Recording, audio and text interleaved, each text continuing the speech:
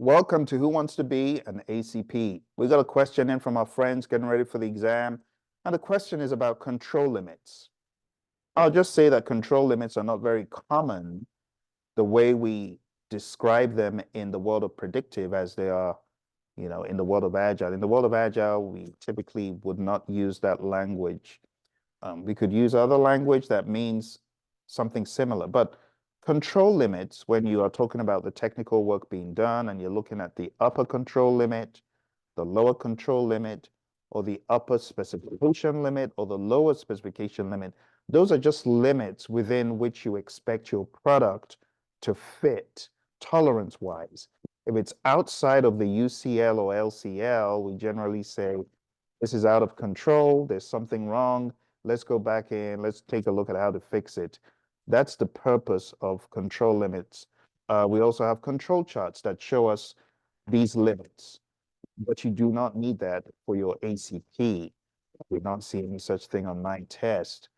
The way I would think about this, I would just understand that control limits are used in statistical process control to monitor project performance. They are not commonly used in pure Agile, which embraces a more iterative and adaptable approach.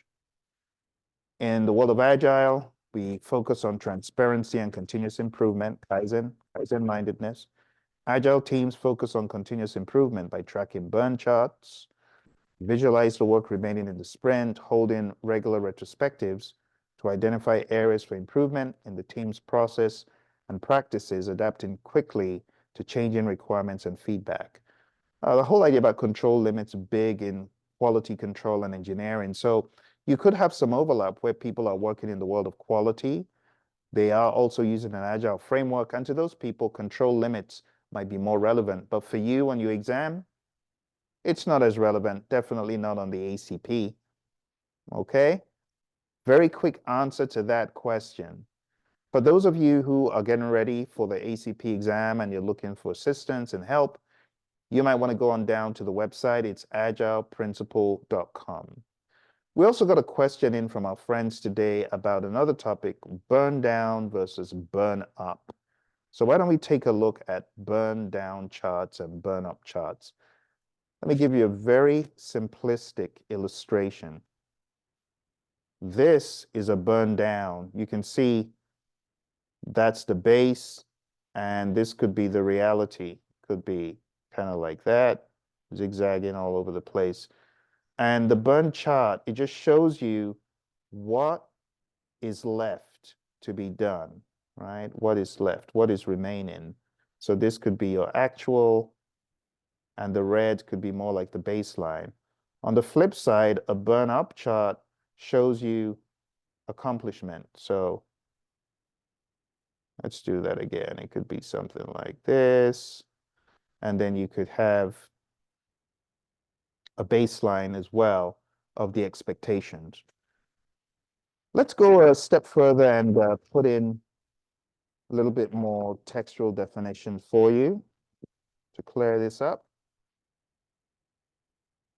All right, so a burn down chart, it tracks the amount of work remaining, story points in a sprint. As work is completed, the remaining work decreases, visually depicting progress towards sprint completion.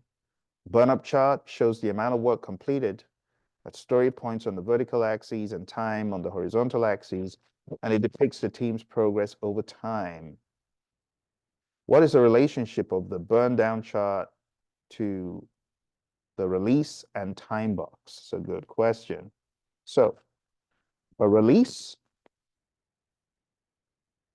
can encompass multiple sprints, iterations, culminating in a deployable version of the product. And remember, the time box is a fixed length period, 4 weeks or less for a sprint in the world of Scrum. The burn down and burn up charts are typically used within a sprint time frame to track progress, but that is not to say we couldn't have burn down charts across an entire release or even beyond. You could do it for an epic, you could do it for release, you could do it at large scale, small scale. Okay, I hope this answered the questions you have. And I look forward to getting even more questions from you. And I look forward to your ultimate success in the world of ACP. Again, the website, agileprinciple.com. I'll see you in the next video. Bye for now.